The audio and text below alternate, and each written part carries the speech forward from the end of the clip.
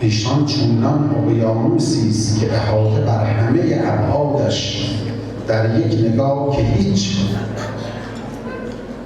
در یک مطالعه طولانی هم برای انسان میسر نیست. از هر طرف که وارد شویم دنیایی از عظمت و شگفتی می‌بینیم. این سخن نه یک مبالغه و یک ادعای بی‌مبنا، بلکه ثمره سالها مطالعه و پژوهش و تأمل درباره زندگی و سیره آن حضرت است.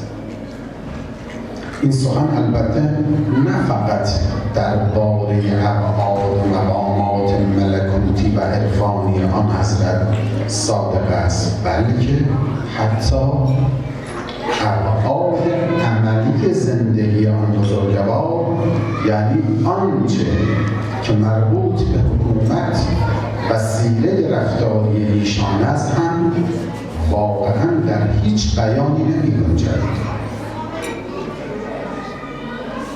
اما به هر حال که آنچه که می‌دانیم انسانی است که بلندترین قله بشریت است و نمی‌توان به آن توجه نکرد و به سمتش حرکت ننمود. لذا خوشبختانه با وجود این حیرت از هر طرف که وارد دریای عظیم فضایل و مناقب ایشان بشویم و هر رشته از رشته‌های محامد بشری را که مطرح کنیم فیض عظیمی نصیبمان خواهد شد و از این دریاها بهره خواهیم